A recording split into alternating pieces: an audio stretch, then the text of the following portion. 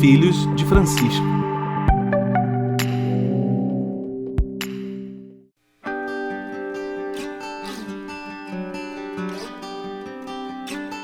Bom dia, boa tarde, boa noite. Chegando até você, os Filhos de Francisco, o podcast de quem tem Deus por Pai e Francisco por Paizão.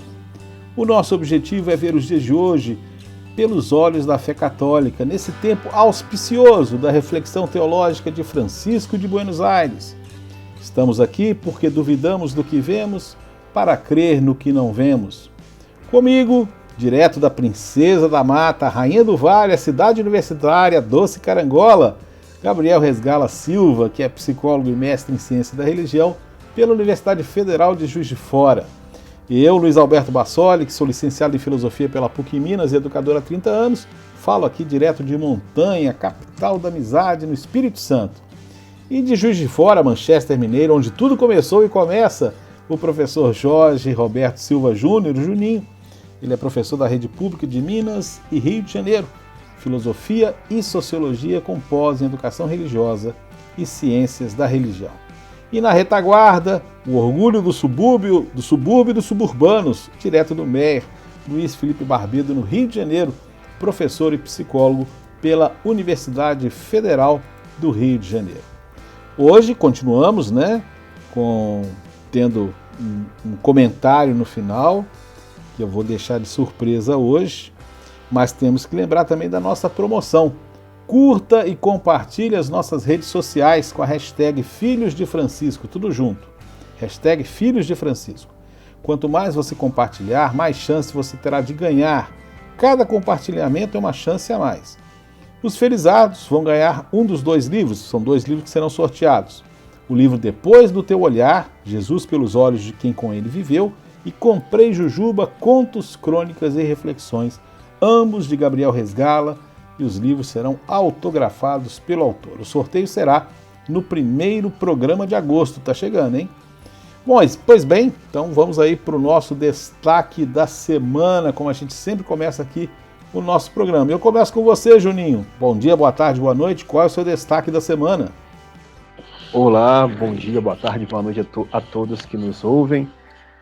Mais uma vez, mais uma semana, um prazer estarmos aqui reunidos, e eu gostaria de falar, sobre o Fundeb, o Fundeb, que é o fundo que financia a educação básica no Brasil.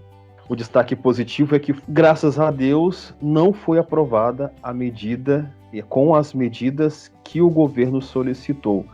Quando nós falávamos, em uns 2 podcasts atrás, eu falei sobre 2 antigos ministros, que era o Vélez e o Abraham. Eles eram ligados, por mais que houvesse essa ligação com as questões de conservadorismo, mas eles estavam muito mais atuantes numa perspectiva econômica. Essa luta que foi com o governo Bolsonaro e a Câmara sobre o Fundeb mostrou que eles estão atrelando a educação não como investimento, não como plano de governo, mas sim para fins econômicos. Então o Fundeb foi aquilo que eu já tinha falado antes e confirmou, como eles estavam vendo e agindo e propondo o Fundeb para cada vez mais sucatear a educação e atrelar e ligar e passar verbas e dinheiro público para instituições privadas de ensino, Então, a vitória que foi a aprovação do Fundeb, que deixou de ser um plano de governo, que com o governo Fernando Henrique Cardoso era o Fundef, passa a ser Fundeb com Luiz Inácio Lula da Silva, e agora, com essa empreitada de grandes deputados, importantes deputados aí, se tornou um projeto de Estado, não mais de governo. Muito bom a aprovação do Fundeb. Gabriel, seu destaque da semana? Bom dia, boa tarde, boa noite. Essa semana eu acho que a gente tem algumas notícias boas, além do... O Juninho acabou de falar do Fundeb aí.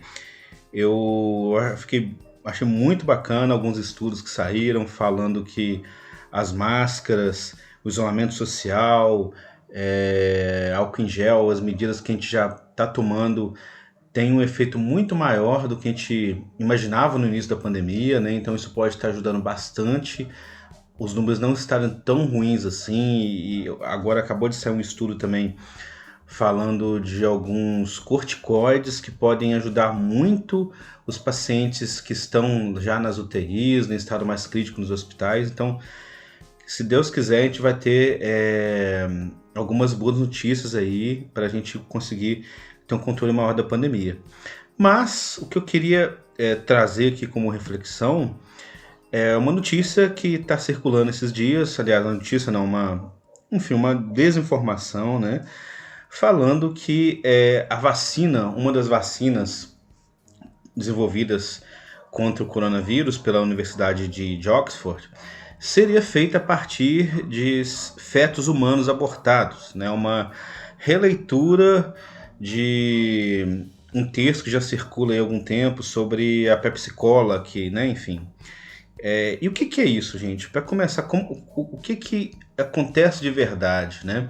Isso tudo é cultura de células. O que é cultura de células?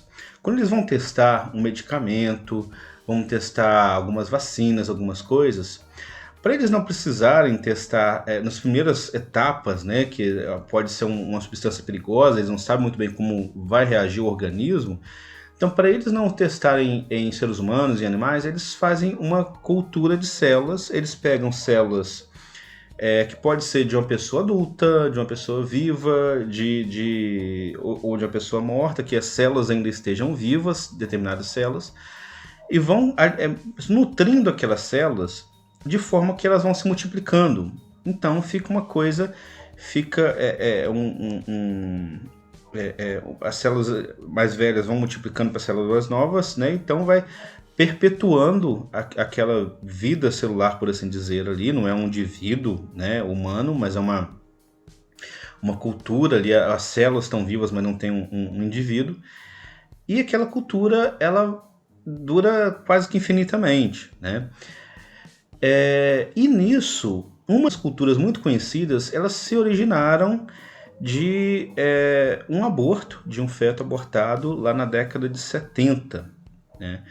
E que está sendo usada no teste da vacina de Oxford. Então, a primeira coisa, eles não estão usando um feto, estão usando uma cultura de células que surgiu de um aborto feito na Holanda naquela época, que essa mesma cultura e outras culturas semelhantes são utilizados para testagem de um monte de medicamentos. Eles não estão nos medicamentos, não estão nas vacinas, mas no teste eles aplicam a substância naquela cultura de célula para ver como é que a cultura vai reagir, tá? Então não tem nada de você estar ingerindo células de seres humanos na vacina, não tem nada a ver com isso, tá bom?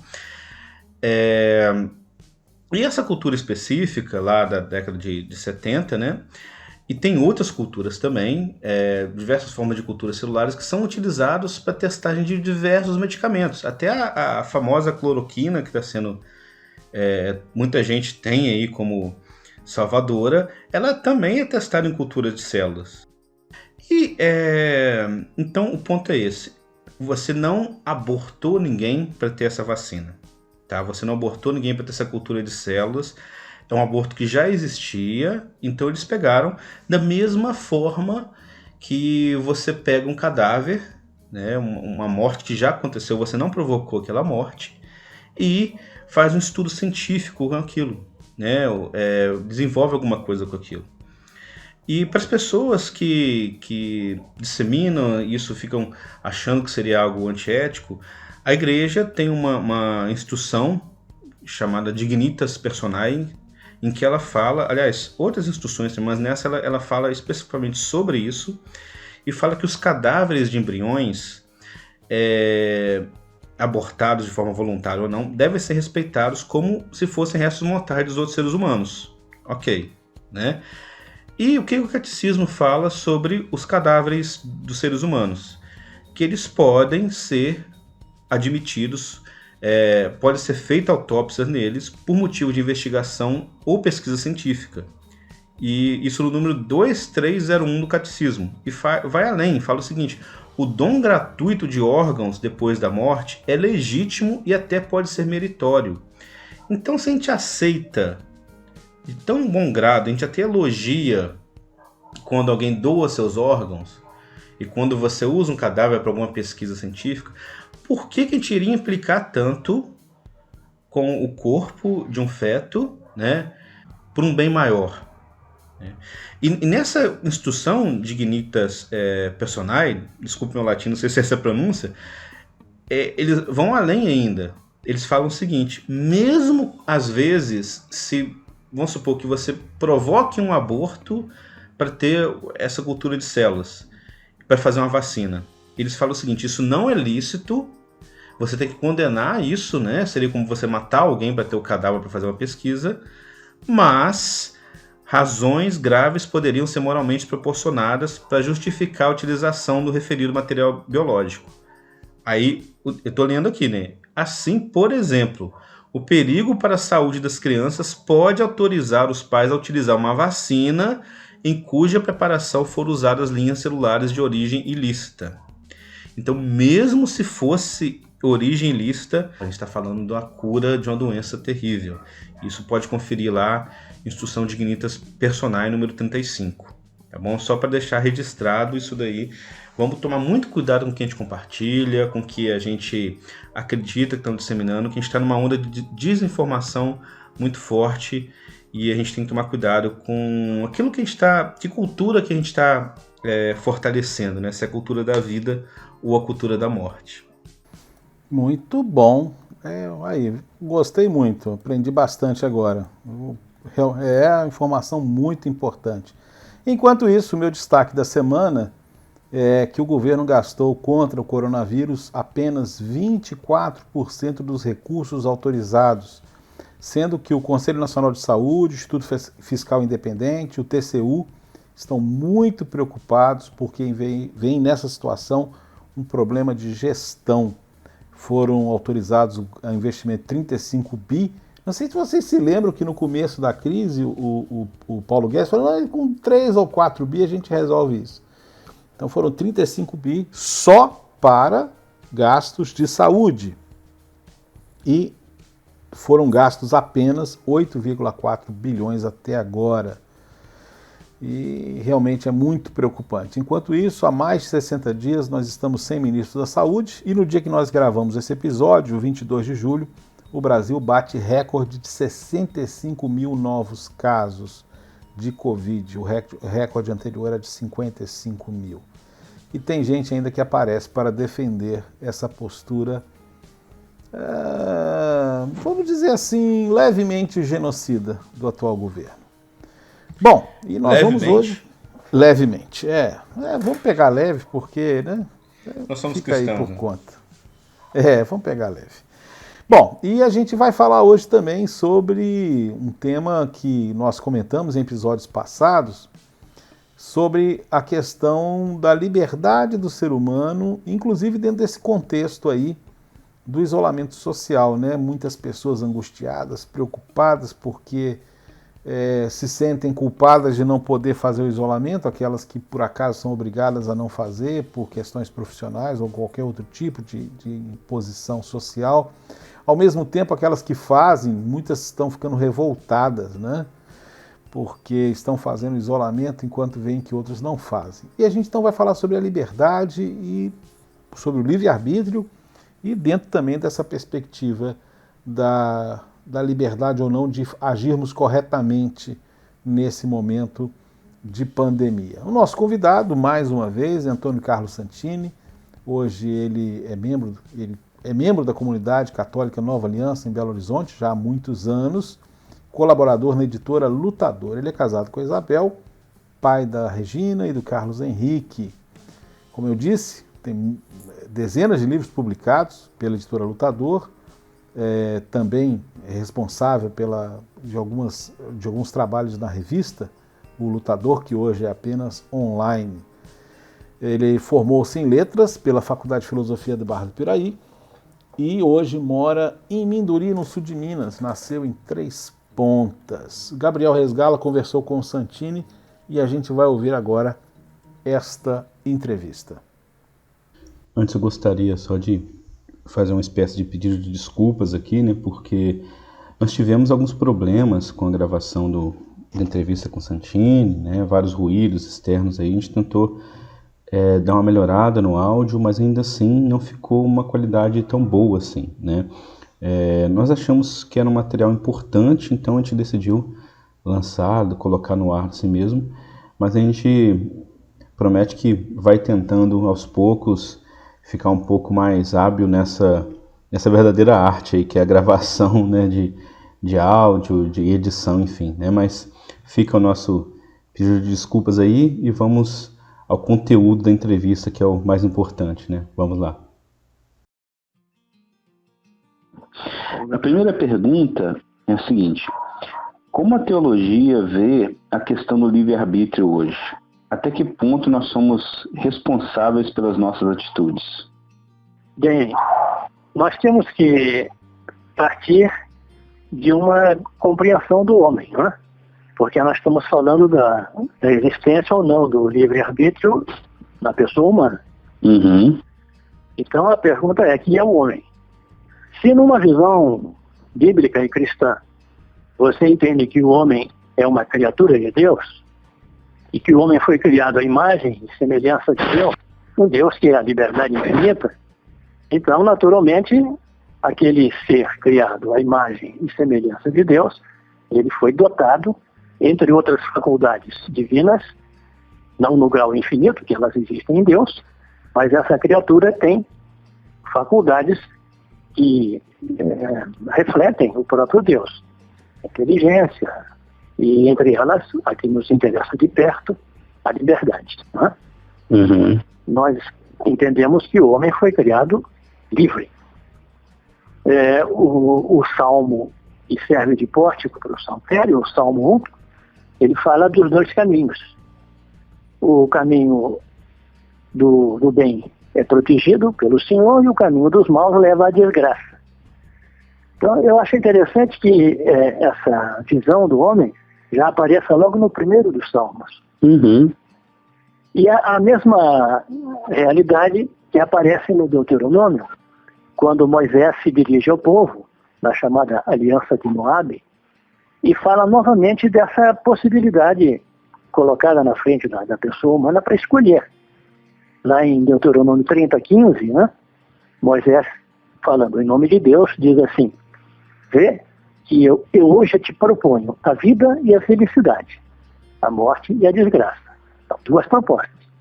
Escolhe, pois, a vida para que vivas, tu e teus descendentes. E a igreja tem doutrina específica sobre o assunto. Né? Você pega, por exemplo, o Catecismo da Igreja Católica, e ao falar da liberdade do homem, o texto diz assim: Deus deixou o homem nas mãos de sua própria decisão. Quer dizer, o homem escolhe o seu caminho.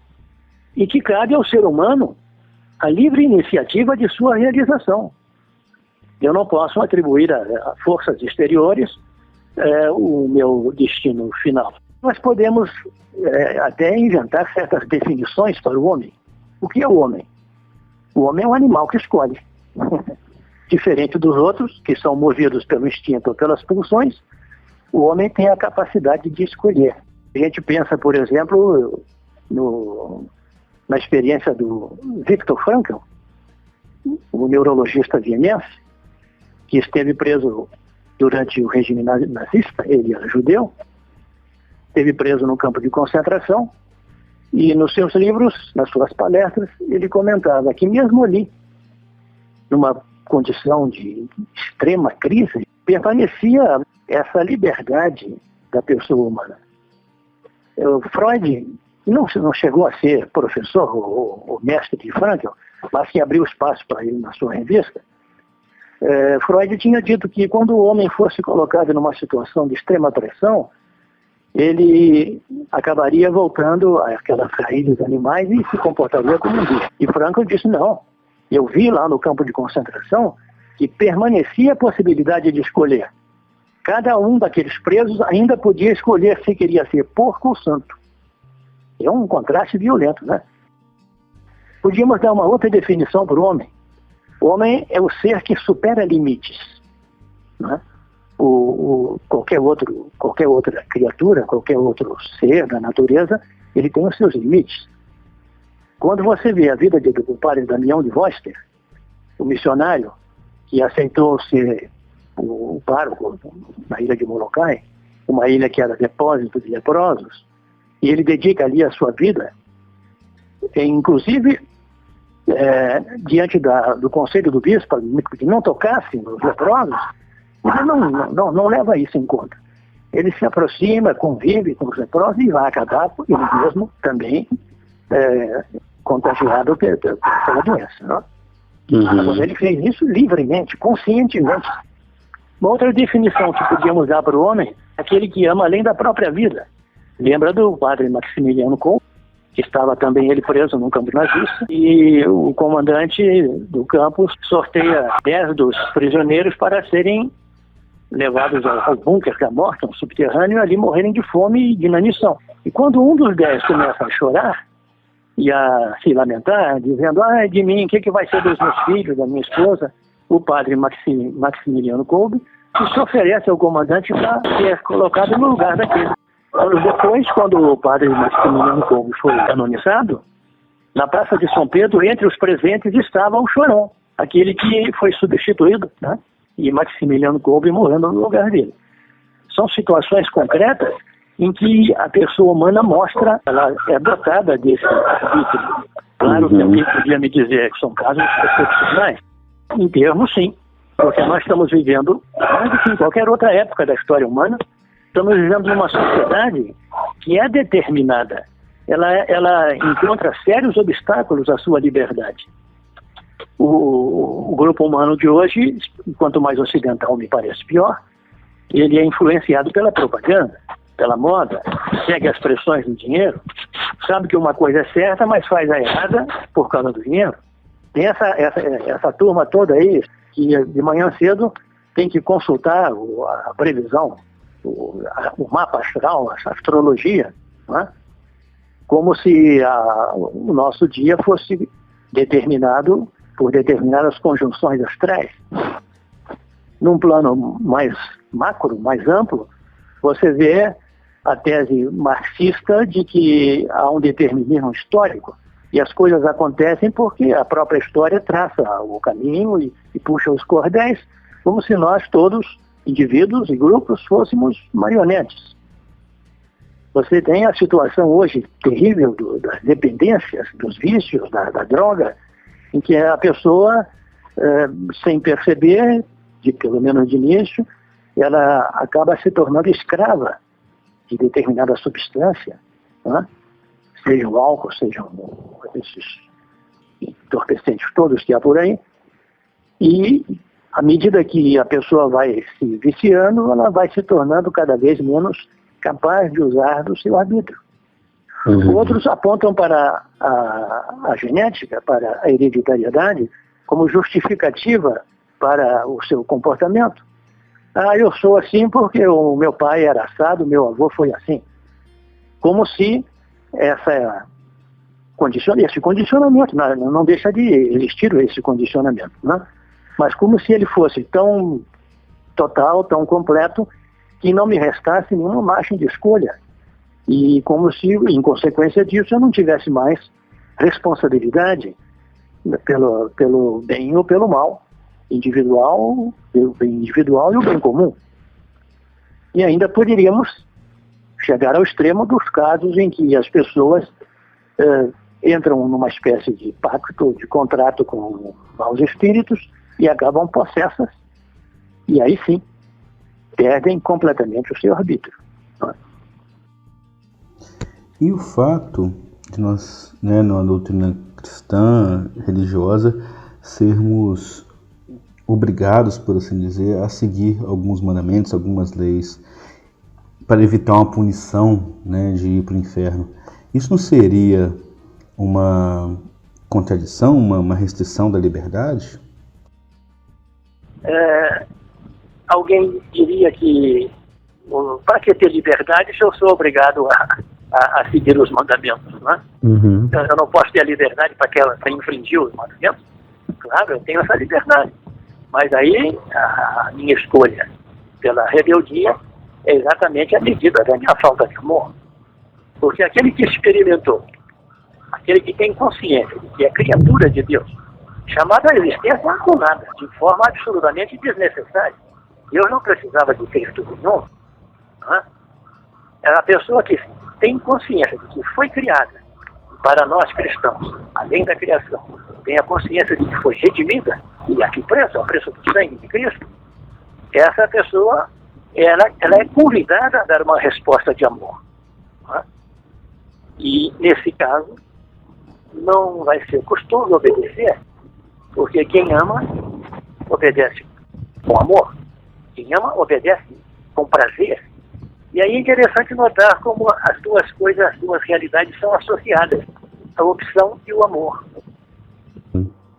Muito bom, Santini, muito obrigado. Eu acho que deu para esclarecer bastante coisa, um papo muito bacana.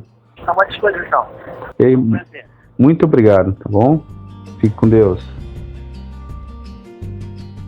Bom, né, uma entrevista muito rica, muita coisa que a gente pode comentar, e eu vou começar fazendo um comentário aqui. Vou pedir licença ao Gabriel Juninho para eu poder fazer umas observações. É interessante que enquanto eu ouvia o Santini falando, eu pensava em duas questões que envolvem a liberdade humana. Ou seja, por um lado, algumas pessoas tentam mitigar, ou mesmo tentando com base científica, ou também com base cultural, tentam mitigar essa liberdade dizendo que o ser humano está determinado em fazer ou ser algumas coisas, né?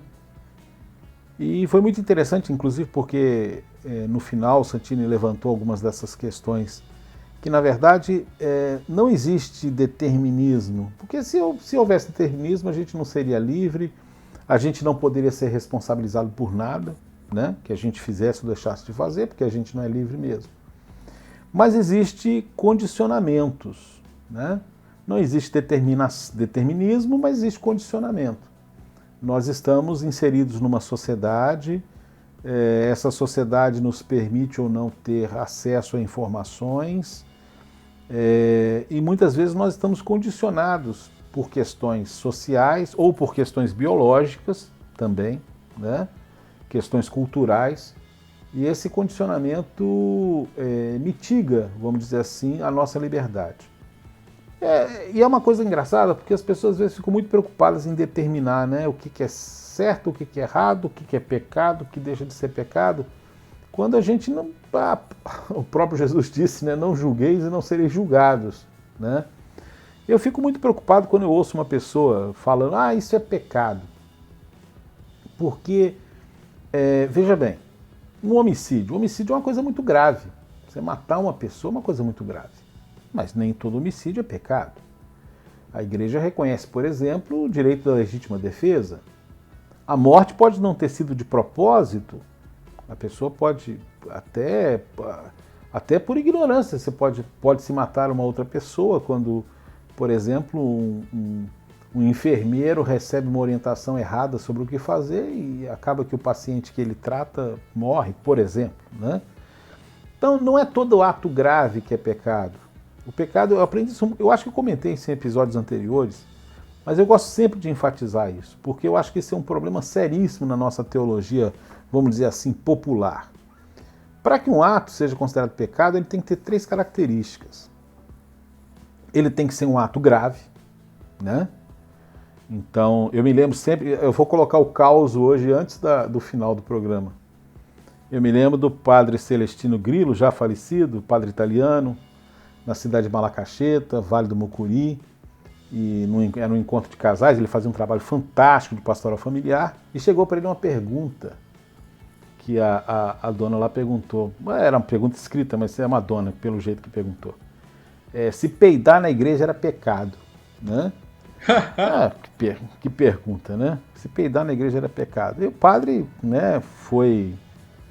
Como é que responde um negócio desse? Aí ele perguntou assim, mas quebrou o vitral da igreja? Aí a pessoa falou, não. Aí ele falou, então não, porque até o Papa peida. né? Foi a resposta que ele deu para essa história. Então, tem coisa, às vezes as pessoas são muito escrupulosas com certas situações. Peraí, desculpa. Eu tô imaginando. Pode rir, ué. Eu tô imaginando o Pode Papa. rir, ué. Acontece. Então. Desculpa. Não, o caso engraçado não, é pra rir, né? Não, e eu tava agora preocupado de você não rir. Não, vem a questão. Será que é pecado você imaginar o Papa peidando? Bento XVI, Francisco, é complicado. Essa eu vou esperar chegar no céu e perguntar pro Padre Celestino. Ele não me respondeu, não. Aliás, o Padre Celestino tinha histórias ótimas, mas eu vou contar em outros episódios. Deixa essa para hoje. Então, assim, o ato para ser pecaminoso, ele tem que ser grave, né? Ele tem que ter uma gravidade. O que é grave? É você descumprir os 10 mandamentos. Vamos pegar os 10 mandamentos como parâmetro. Mas não basta ser um ato grave.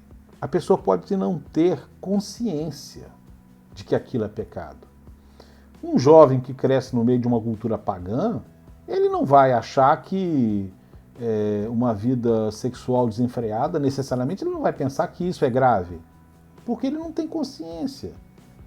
Ele não tem essa consciência. Então, até um trecho de uma parte que não foi ao ar, da entrevista do Santini, ele fala, por exemplo, sobre casamentos que não se realizam porque os noivos não têm consciência do que estão fazendo. É apenas um ato social, é apenas um ato de paixão, não tem uma noção clara do que seja o matrimônio. Então, o ato, para que possa ser pecado, ele tem que ter 3 características: gravidade, consciência do que está acontecendo ou não está acontecendo, e liberdade. E aí entra esse ponto da liberdade. Porque se a gente não pode falar em determinismo, a gente não pode nem mitigar isso de falar assim, ninguém é livre, como às vezes certos pensamentos na área de humanas falam, ninguém é livre, a gente só faz o que a sociedade quer, né? Como, por exemplo, se pensar em Durkheim, quando ele falava em fato social, né? Alto lá, o ser humano é livre, né? Às vezes ele pode não ter consciência, nem saber que aquilo seja grave ou não seja. Mas voltando à questão da liberdade, quem pode julgar a liberdade das pessoas? Quem pode julgar se aquela pessoa foi livre ou não em fazer aquilo? É Deus que vai julgar, né?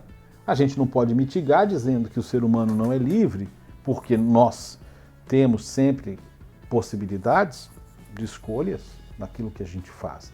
E outra coisa também, quando a gente fala em liberdade, a gente é livre para escolher o que está diante da gente.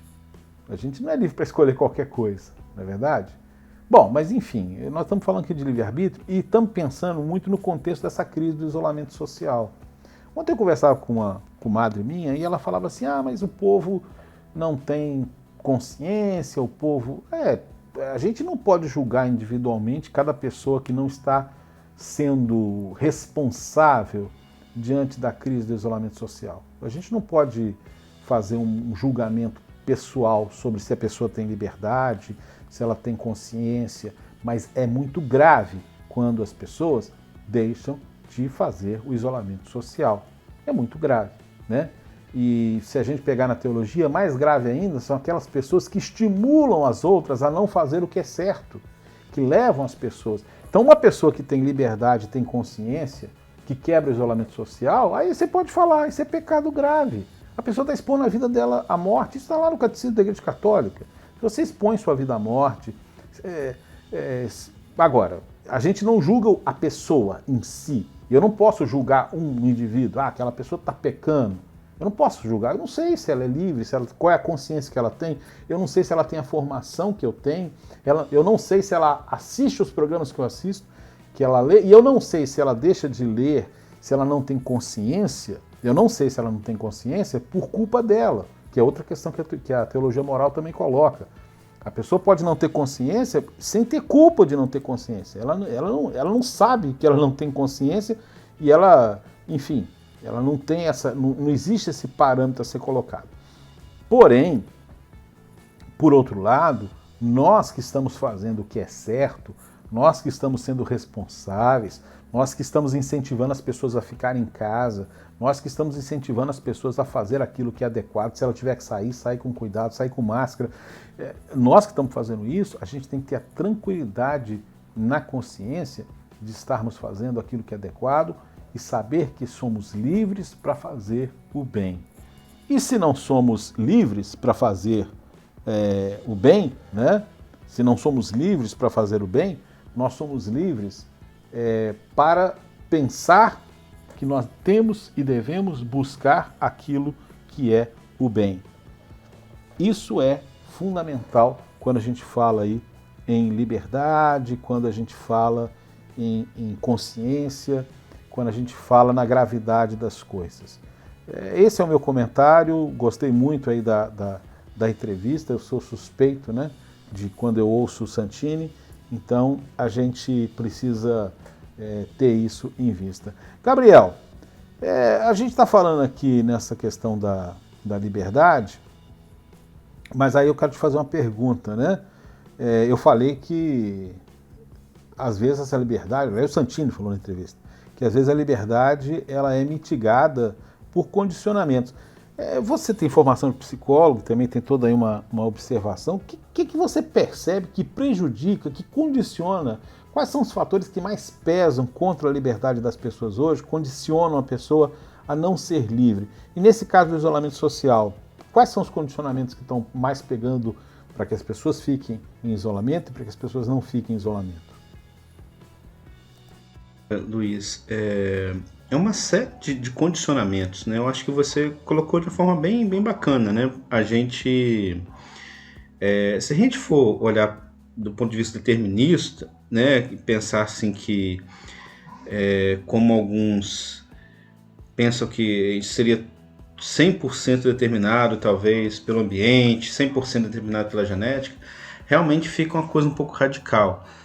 Mas o que a gente sabe é que, com certeza, mesmo que a gente considere que o ser humano tem a sua liberdade, a gente tem algumas coisas que condicionam e que fazem a gente ter um pouco menos de responsabilidade sobre os nossos atos, né? Nós temos toda a nossa criação, todas as nossas influências que a gente tem desde pequenos, que fazem, que moldam a forma como a nossa mente funciona, as questões genéticas.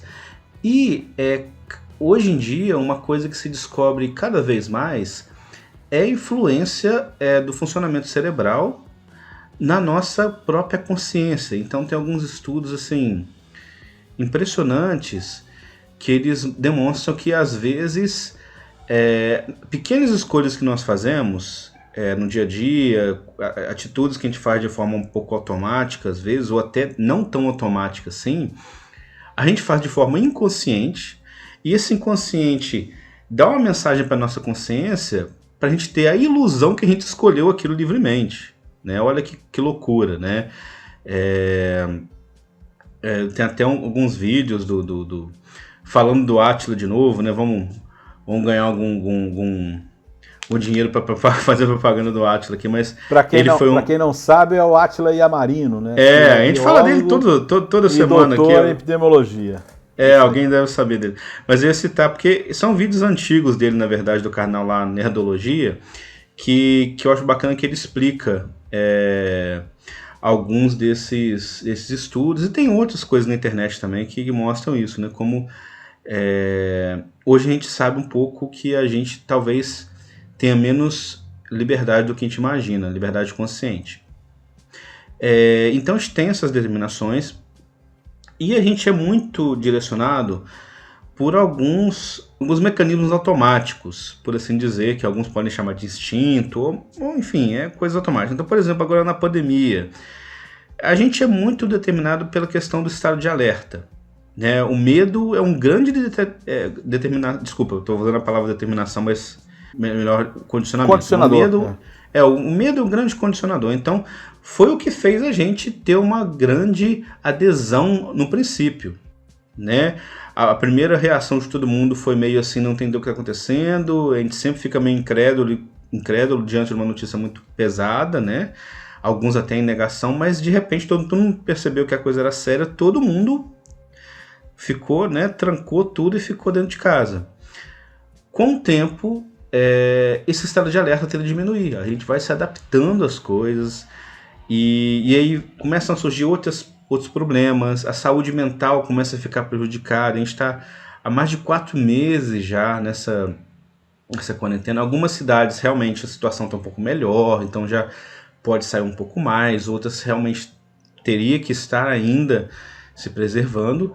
Só que a nossa saúde mental é importante também, né? Não adianta a gente cuidar só do físico. Então a gente acaba tendo um peso nas costas de ter que fazer esse equilíbrio entre o mental e o físico, né? Às vezes sair para visitar alguém, e a gente até comentou isso em outro programa, né? Como basta a gente não cair nesse 880, que tem coisas que a gente pode fazer para algumas exceções à regra, né, do isolamento social, ainda mais agora que a gente sabe como as máscaras protegem muito, né? Mas eu acho que a grande questão não é nem furar a quarentena, né? Que se você fura, por assim dizer, você coloca essas exceções à regra, mas não pede a responsabilidade do que está acontecendo, da sua vida e da vida dos outros, tudo bem, você não está cedendo a um condicionamento que faz você perder sua liberdade, faz você perder sua responsabilidade. O grande problema é quando você chuta o balde, sabe, e fala, não, bobeira, isso aí é história, não, eu vou andar na rua sem máscara, se a polícia vier em cima de mim eu vou brigar, dar uma carteirada, se eu puder dar carteirada. Esse tipo de coisa, aí tem mecanismos mais complexos mentais envolvidos, né, que tem muito a ver com questão de comportamento, que a gente chama de comportamento de manada também, né? Pertencimento a um grupo, influência de lideranças, alguns comportamentos de talvez não querer ceder a um grupo maior, mas um grupo menor, por achar que esse grupo menor tem um conhecimento e tem uma razão de ser mais importante que o grupo geral, né? Quando a gente fala comportamento de manada, não quer dizer que seja e na onda de todo mundo. Não, às vezes é um grupo pequeno. Às vezes até uma seita, para ser mais específico, né? Muitas pessoas acabam se comportando como se fossem verdadeiras seitas que propagam uma realidade completamente paralela, completamente diferente do que a gente está vivendo. E aí eu acho que é uma chave interessante para tentar entender por que tanta coisa tão estranha está acontecendo. Ô Juninho, a gente está falando aqui que o ser humano é livre, né? A gente parte desse princípio, né? Sabendo que existem condicionamentos, sabendo que existem situações que podem mitigar essa liberdade ou essa consciência. Mas deixa eu te fazer uma provocação. Essa liberdade, aonde que essa liberdade leva a gente para onde? O ser humano é livre para quê? Né? Que escolhas nós devemos? Né? O Santini falou dos 2 caminhos. Só que a gente não pode cair naquela esparrela de pensar que ser livre é fazer um monte de coisa que Deus mandou, como se isso fosse um manual pronto. Enfim, como é que essa liberdade na forma dinâmica no nosso dia a dia, especialmente nesses tempos de pandemia? Então, Luiz, é interessante isso. Vou trabalhar em 2 pontos que eu vejo como muito importantes, porque quando a gente fala de liberdade, a gente fala sobre escolha, como vocês falaram muito bem, tem o fator da consciência, mas quando nós falamos dentro de uma vida religiosa, uma vida inserida dentro de um contexto, e quando nós falamos de igreja católica e falamos de cristianismo, nós estamos falando de não somente um caminho, é algo que eu falo com os meus alunos no primeiro ano do ensino médio, lá no primeiro bimestre, quando nós começamos a entender o contexto grego, né, onde nasce a filosofia. E, bem, lá no século V, quando nasce a filosofia, o contexto grego religioso é o politeísmo. Politeísmo, poli, vário, tei, tel, Deus, vários deuses, né? Então, no século V a.C., a religião predominante na Grécia era o politeísmo. O mais interessante é que é uma única religião que crê em vários deuses.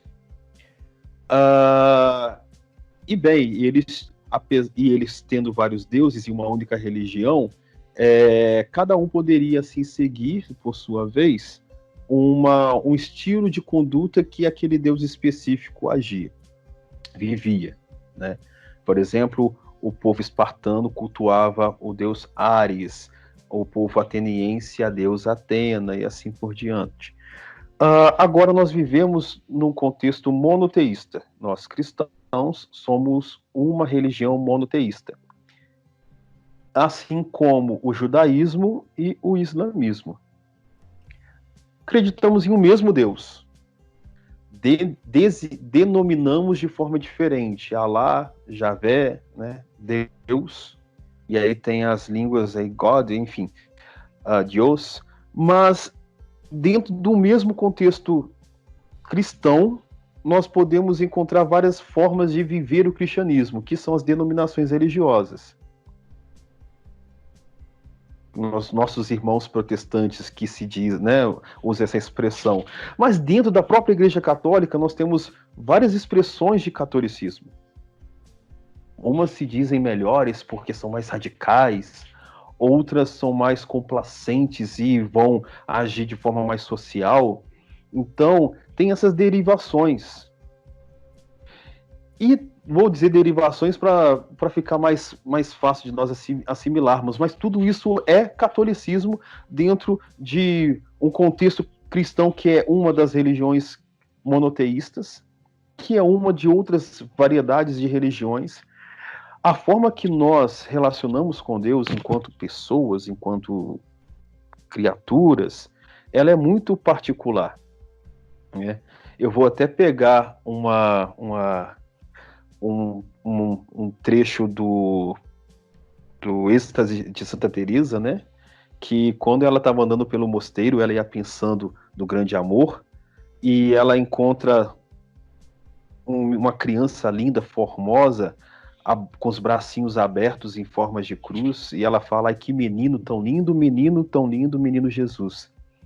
E ela fica extasiada diante daquela beleza, e quando aquele menino indaga o nome dela, ela quase morre de surpresa. E ela fala: Teresa é só de Jesus, né? A mais indigna serva de vossa realeza. E ela pergunta qual o nome dessa criança. E a criança responde: o meu é o seu nome invertido, é bem parecido, é Jesus de Teresa.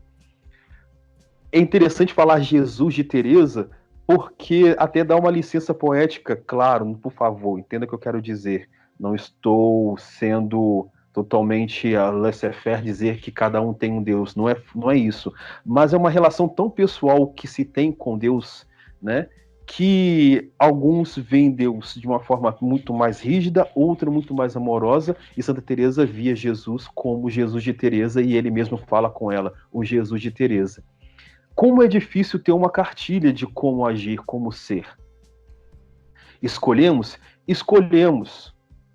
Mas a escolha também passa pela experiência pessoal. Vocês entendem isso?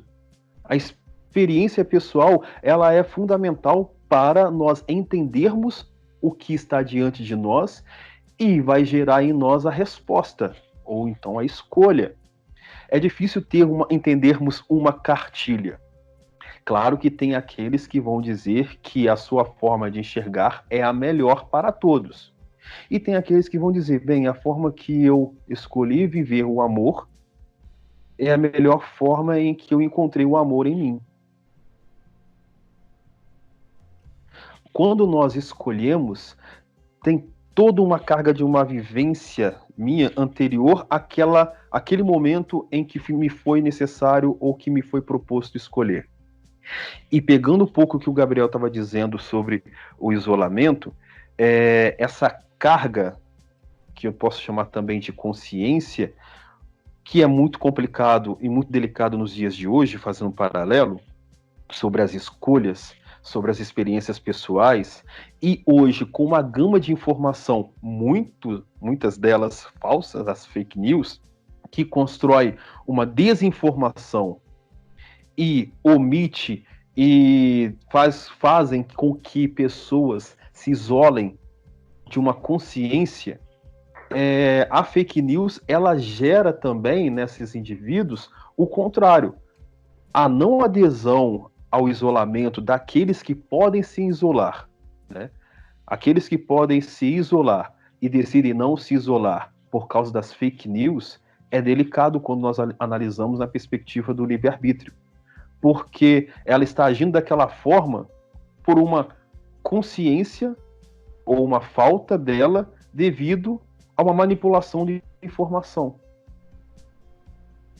Claro, não vamos entrar agora no fim do julgamento, se ela está errada, se ela está certa, mas se nós observamos o fator da consciência, e essas pessoas, muitas, não todas, por favor, tem muitos que estão agindo conscientemente contra o isolamento, contra as medidas de prevenção, tá? Essas pessoas que erroneamente foram informadas tomam a decisão que para elas é a correta. Então, tudo isso são fatores que têm que ser observados e que varia de indivíduo a indivíduo. A minha escolha na minha liberdade, ela é fruto das minhas experiências. E aqueles que, diante deste momento de pandemia, decidem o que decidem, também é por toda a gama e vivência individual e o que ela coletou, viveu também em grupo, familiarmente, socialmente, no ambiente de trabalho, leva ela a tomar essas decisões. Então, não é algo simples. Não é somente escolher simplesmente o bem e o mal. Entende?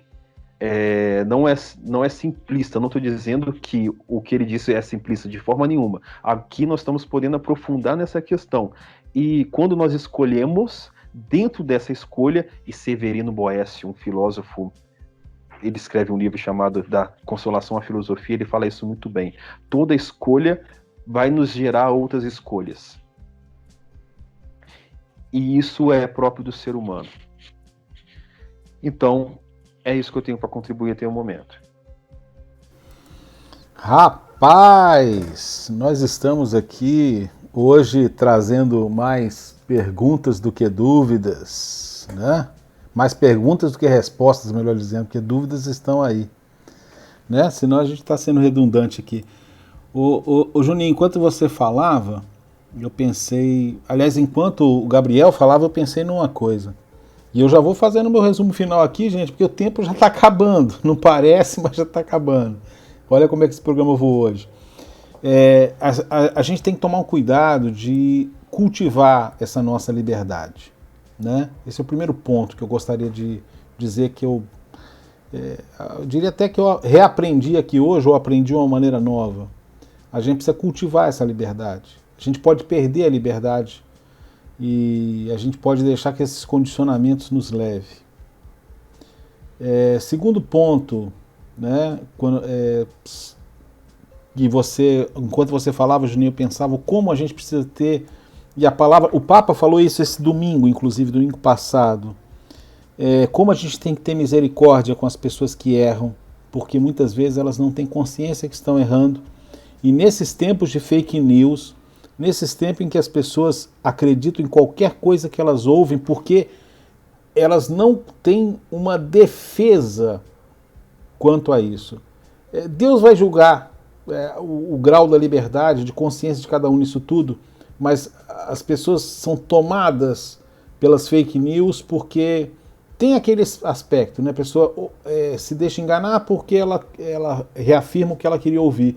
Mas não é só isso não, né? Tem um país com tantos problemas de formação cultural, de educação, de formação científica, nesse caso agora da pandemia, né? Nós não temos formação científica. O estudo de ciências é a coisa mais fraca que eu vejo na educação brasileira. Sempre falei isso do tempo que eu era diretor de escola. Então, a gente tem que ter essa paciência. E aí vem o outro ponto, né? Como é que a gente pode ajudar as pessoas a abrir a consciência delas diante de tudo isso? Bom, eu acho que esse podcast serve para isso também, para a gente pensar e refletir mais.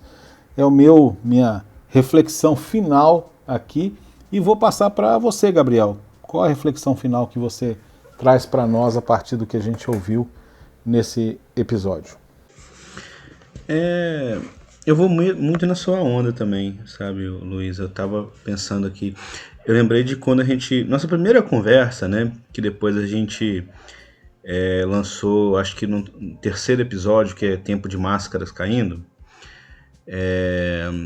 a gente conversava um pouquinho sobre isso já, sobre os cristãos, né, que fazem escolhas estranhas, né, em relação à política, em relação a essas coisas, né, e a gente já falava um pouco disso, de como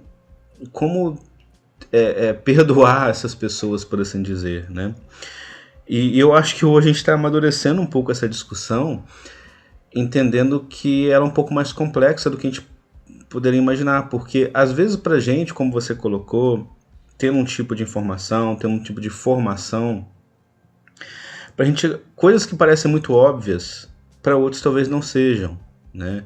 E a gente tem uma série de condicionantes psicológicos, uma série de condicionantes educacionais, de informação, como o Juninho salientou. E hoje, o que a gente... Se alguém puder ver o documentário Privacidade Hackeada na Netflix, ele mostra de uma forma até assustadora como é que as redes sociais, os algoritmos, trabalham o tempo todo para hackear nossa mente, né? Para direcionar a nossa mente para o que eles querem de verdade, né? Então, realmente não cabe a nós, é muito complicado para a gente querer julgar a atitude das outras pessoas. O que a gente pode fazer é tentar aproximar um pouco do coração delas e tentar perceber qual que se a gente vê alguma má intenção ali, né? Se a gente tenta entender o que está por trás daquilo, né? E quando a gente não consegue perceber se a intenção é boa ou ruim, não cabe a nós julgar, né?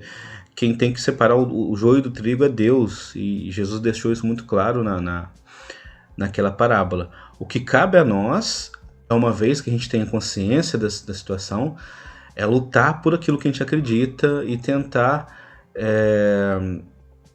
passar aquilo da forma mais amorosa possível para os outros. Às vezes com um pouco mais de firmeza, como Jesus também foi firme algumas vezes também, e às vezes denunciando, né? Ele também denunciava quando ele percebia que se tratava de uma hipocrisia muito clara, principalmente de quem era mais poderoso, né? E quando a coisa é muito clara, assim, então às vezes não dá para ter meios termos. Quando a gente vê que a pessoa não tem intenção de procurar a verdade, né? Mas eu acho que a questão é essa, é a gente não se achar também dono da verdade, não se achar o dono da razão, mas estar sempre em oração nesse sentido, né? Para tentar fazer a nossa parte, dar um exemplo, tentar, enfim, que se for para convencer, se for para atrair mais, que seja pelo coração também, esse tipo de coisa. Deixar um pouco o julgamento das pessoas de lado e focar mais nas atitudes. Aí eu acho que é um bom caminho pra gente conseguir chegar num lugar melhor, né?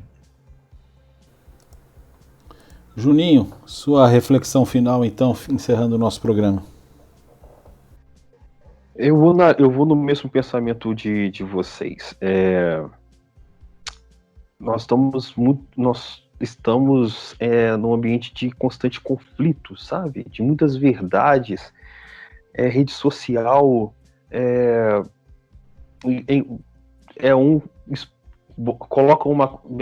colocar algo. É uma mãe que coloca sobre o filho, já vem pessoas que não conhecem, já rebatem que está errada, como está criando filho, é um exemplo banal. Mas é como pequenas coisas. Primeiramente, eu não tenho que expor nada de meu filho numa rede social.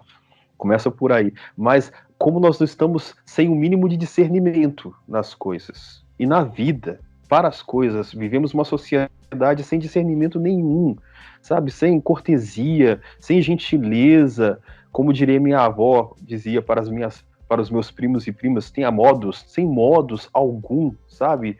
No lidar, no trato, a convenção de sociabilidade está terrível na sociedade hoje em dia. E, bem, eu não sei como as outras pessoas foram criadas, como foi a criação.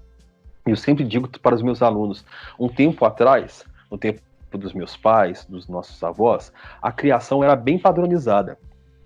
Então, o que se destacava, o que poderia destacar para que vai destacar para uma entrevista de emprego, por exemplo, como as instituições eram menos formalizadas, era a escolaridade que muitas vezes não era nem tão alta.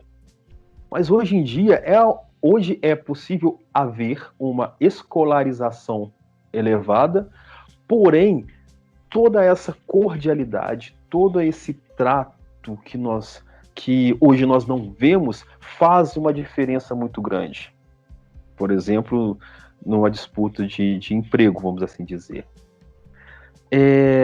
Para mostrar como a sociedade mudou, como as pessoas estão diferentes e como essas pessoas, sem, às vezes, base alguma, sem conhecimento, sem informação, se dispõem a dizer misérias e que se acham no direito, né? E motivadas por um discurso de um presidente que fala, eu gosto do presidente porque ele fala, né? Ele fala, mas o que ele fala? Um homem sem conteúdo, que é reflexo de uma sociedade sem conteúdo, é esse presidente. Como lidar com isso para nós não sermos aqui também pessoas que estão entrando dentro dessa briga, esse tiroteio louco, que acha que não tem informação, não deveria abrir a boca? Aí nós vamos nos tornar militantes dentro dessa guerra. É um desafio para nós, né, agir com sabedoria nesses momentos. Como o Gabriel falou, evitar o julgamento. Obviamente, quem sou eu para julgar, né? O Papa Francisco disse numa situação, quem sou eu? E eu sempre falo, quando me perguntam certas coisas específicas sobre pessoas, eu tento julgar assim, quem sou eu para dizer? Mas eu ajo dessa forma. Acho que a melhor forma que eu tenho para mim e que eu ajo é tentar entender melhor as circunstâncias em que essas pessoas estão. E muitas vezes até mesmo com muita dificuldade de ficar em silêncio. Muitas pessoas entendem o silêncio como estar concordando. Não é o meu caso. Aristóteles dizia que rompo o meu silêncio quando julgar minhas palavras mais sábias. Às vezes não tem uma boa palavra para dizer, então a melhor coisa é ficar em silêncio. O silêncio, ele é muito revelador e deixa a pessoa interpretar o seu silêncio. Os vaidosos vão entender como, ela está concordando comigo. Já aqueles já mais desconfiados, aí está se achando, ou então com um complexo de inferioridade, está se achando melhor do que eu e não quer se meter nesse nível de assunto. Bem, aí deixa para com a pessoa. Mas buscarmos entender o momento que nós estamos vivendo e como as pessoas estão se expressando, ela nos ajuda também a como responder a questionamentos e como responder também a interrogações e a situações em que nós estamos, que estão colocando diante de nós e nos confrontando. Muito bom. Realmente foi a dificuldade que nós tivemos para gravar esse episódio foi recompensado pela riqueza do que a gente pôde meditar e refletir nesses momentos. Participe da nossa promoção, curta e compartilhe as nossas redes sociais com a hashtag Filhos de Francisco. Hashtag Filhos de Francisco. Quanto mais você compartilhar, mais chances você terá de ganhar. Os 2 felizardos vão participar do sorteio, vão ganhar um dos 2 livros, Depois do Teu Olhar, Jesus pelos Olhos de Quem com Ele Viveu, Comprei Jujuba, Contos, Crônicas e Reflexões, ambos de Gabriel Resgala, ambos autografados. O sorteio será no primeiro programa de agosto. E a gente... Tá chegando, hein? Tá chegando. A gente costuma terminar esse programa com um caos, e eu já contei o caos no meio do programa, então eu vou terminar o programa, tenho que terminar o programa hoje de forma diferente. Nesses tempos sem abraços, eu quero deixar o abraço do Deus da vida. Dia 29 agora é dia de Santa Marta, e eu sempre penso nas emoções das 2 irmãs diante da morte e ressurreição de Lázaro. Não existe ensaio e preparo para a morte. Quando ela se apresenta, estranhamente antinatural, ela faz essa dor e este estrago. A gente foi feito para viver, e por isso Jesus deu-nos a vida eterna. Mas na hora da irmã morte, na hora que ela aparece, É isso aí que se vive. Resta-nos, como Francisco de Assis, abraçá-la, reconciliar com ela, como reconciliar com tudo. Hoje eu perdi um grande irmão, o Luiz Alfredo Laffer, faleceu hoje pela manhã, e eu digo, Laffer, vá na paz, vá em paz. Eu sentirei ainda mais a falta de ouvir ele dizer, ô Bassoli, como só ele fazia. Voz de um amigo, de um irmão, de um confidente. Conversar com Laffer era como mergulhar no ceticismo, no sorriso irônico de quem não tinha medo da verdade, nem de fazer cara feia para ela. Mas, ao mesmo tempo, ter a alegria do encontro, do sorriso franco, do comentário galhofeiro, que de outro me traria a reação da mágoa, mas dele só de rir sabendo que o que ele ironizava era a mais pura verdade. Ele era professor de física, segundo ele, amigo de Einstein. Gostava de pôr uma fotozinha montada do lado de Einstein. Ele sabia como provocar os seus alunos e, de certa forma, tornava todos nós um pouco também seus alunos. A sua aparente surdez poderia ser seletiva, para não se cansar de ouvir a gente. Bom mesmo era ouvi-lo. E a você, menina Lara, que venha a cura da cicatriz deste coração que se partiu, que é a dor de quem ama. Um beijo nesses meninos lindos do tio Bassoli. Como é bom ouvir isso de vocês. E como é verdade que eu sou tio de cada um de vocês. E hoje, quando morreu meu irmão, isso ficou tão claro, tão transparente, tão óbvio. É de coração. Jesus fez ainda muitas outras coisas que, se fossem ditas uma por uma, penso que nem o mundo inteiro poderia conter os podcasts que deveriam ser gravados. A gente volta na semana que vem. Um abraço, obrigado e compartilhe.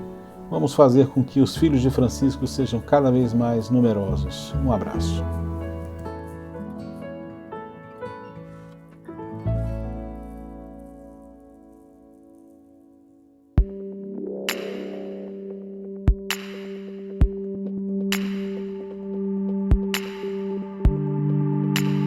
Filhos de Francisco.